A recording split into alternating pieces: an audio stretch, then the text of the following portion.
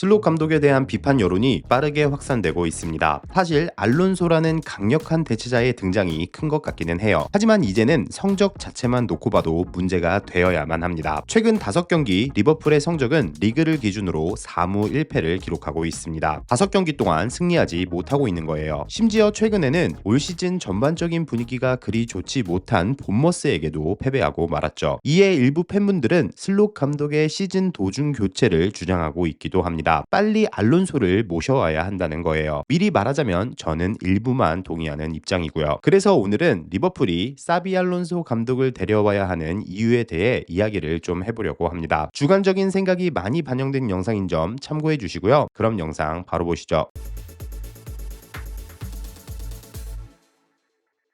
알론소의 잠재력.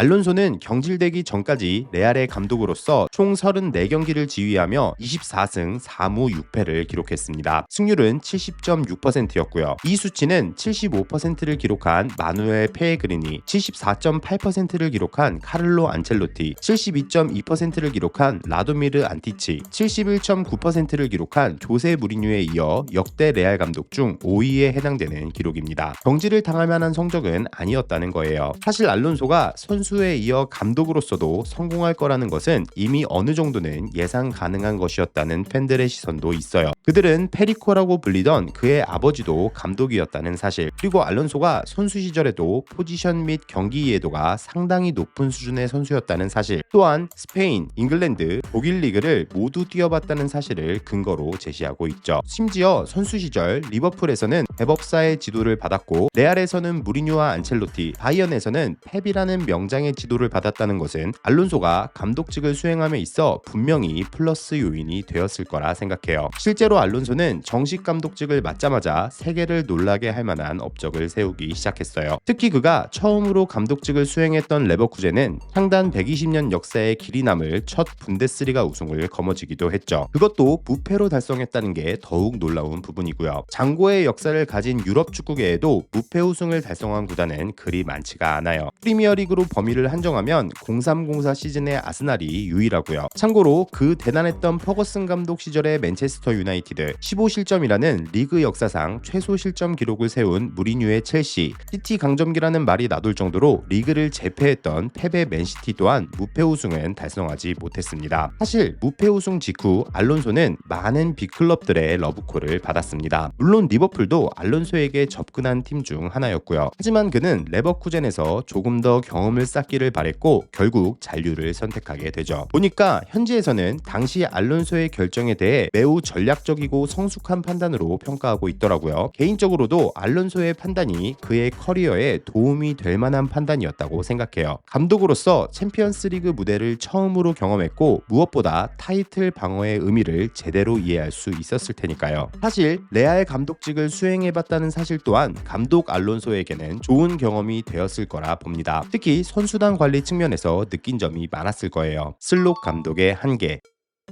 사실 슬롯 감독 입장에서는 자신을 향한 경질 여론에 대해 억울함을 느낄 수도 있다고 생각해요. 아직 시즌이 끝난 것도 아니니까요. 또한 현재 리버풀 선수단 상황이 좋은 경기력을 유지하기가 힘든 상황인 것도 맞아요. 심지어 자신이 핵심 선수로 분류했었던 루이스 디아스를 판매한 것은 전적으로 리처드 휴즈 디렉터의 판단이고요. 거기에 예상치 못했던 이삭의 장기 부상과 코나테의 심각한 폼 저하, 심지어 팀 분위기를 뒤흔든 살라의 인터뷰는 슬롯 감독 입장에서도 어쩔 수가 없었던 부분이라고 볼 수도 있죠. 하지만 이런 상황을 감안하더라도 리버풀은 디펜딩 챔피언다운 모습을 전혀 보여주지 못하고 있습니다. 심지어 선수 영입에만 8천억이 넘는 돈을 투자했잖아요. 이쯤 되면 변명이 통할 상황은 아니라는 거예요. 그리고 이건 지극히 개인적인 생각인데 리버풀 구단이 아무리 슬롯 감독과 매니저가 아닌 헤드코치로서 계약이 되어 있다고 해도 리그 우승 감독에게 선수 영입에 대한 상의를 아예 안 했을까요? 저는 아니라고 보는 입장입니다. 또한 제가 슬롯 감독 경질을 찬성하게 된 것은 단순히 성적 때문만은 아닙니다. 분명한 것은 현재 리버풀은 구단의 고유 색깔을 잃어버리고 있다는 것입니다. 클롭의 유산이 점점 희미해지고 있는 거예요. 저는 현대 축구에서 가장 중요한 것은 공간을 얼마나 효율적으로 만들어내냐에 달렸다고 생각합니다. 감독이 전술을 짜는 궁극적인 목적이라고 봐요. 전술적으로 뛰어난 감독의 몸값이 비싼 이유이기도 하죠. 하지만 적어도 올 시즌만 놓고 보면 슬롯 감독의 리버풀은 상대 선수들을 전혀 끌어내지 못하고 있습니다. 그러니까 뒤로 물러선 팀들에게는 승리하지 못하는 거예요. 특히 리버풀은 지난 시즌 대비 바운스 패스의 빈도 자체가 많이 줄어들었습니다. 바운스 패스란 동료 선수들 간에 패스를 주고받는 것을 말합니다. 아무 의미 없는 것처럼 보일 수 있지만 바운스 패스의 중요성은 꽤나 명확한 편입니다. 후방에서 전진 패스, 그리고 리턴, 그리고 이것을 반복하면 상대 선수는 결국 따라올 수밖에 없습니다. 가만히 있을 수는 없으니까요. 그 말은 결국 뒤쪽에는 공간이 생긴다는 뜻이며 그 공간으로 다른 선수들이 이동해 공을 받아주며 공격을 효과적으로 전개할 수 있다는 거예요. 또한 슬롯 감독은 전체적인 틀에서도 상대를 끌어내는 축구를 하지 않습니다. 그냥 너네 빨리 템백 세워봐, 우리가 뚫어볼게, 뭐 요런 느낌이에요. 아마 예상컨대 슬롯 감독은 현재 리버풀 스쿼드에는 볼 배급이 가능한 6번 미드필더가 없고 설령 빠르게 전환이 되더라도 빠른 윙어들이 없는 상황이기에 효율이 떨어진다고 생각하는 듯해요. 그러니까 중앙에서의 볼 소유를 가장 늘리는 방법을 택했을 수 있다는 거죠. 사실 리버풀 현지 팬들은 어지간해선 경기 도중에 안필드를 떠나지 않습니다. 이것 또한 클롭 감독이 남겨준 유산 중 하나죠. 하지만 최근에는 슬롯 감독을 향한 야유까지 퍼져나오고 있습니다. 분위기가 심상치 않은 거예요. 그리고 이런 부분들은 구단 보드진의 고민을 깊게 만들 수 있습니다. 축구는 엄연히 팬 기반으로 완성되는 스포츠이기 때문이죠. 리버풀이 추구하는 자립형 사업 모델에도 반하는 상황이라는 거예요. 또한 구단이 이번 겨울 이적 시장에서 아무런 움직임을 보이지 않았다는 것도 슬롯 감독의 경질과 연결될 수 있는 문제입니다. 만약 리버풀 구단이 내부적으로 슬롯 감독의 유임을 지지하는 입장이었다면 슬롯 감독을 위해서라도 부족한 포지션, 특히 게이 영입에는 적극적으로 나섰을 가능성이 높다고 생각해요. 그럼에도 아무런 영입이 없다는 것은 결국 구단 입장에서도 슬롯 감독의 유임을 장담할 수 없는 상황이라고 판단했기 때문이라는 거예요. 만약 감독이 바뀐다면 그에 맞는 선수를 또다시 영입해줘야 하니까요. 아무튼 여러 가지 상황을 고려해봤을 때 슬롯 감독 경질은 어쩌면 이미 현실로 다가오고 있다는 생각이 들기는 합니다. 알론소 인 리버풀.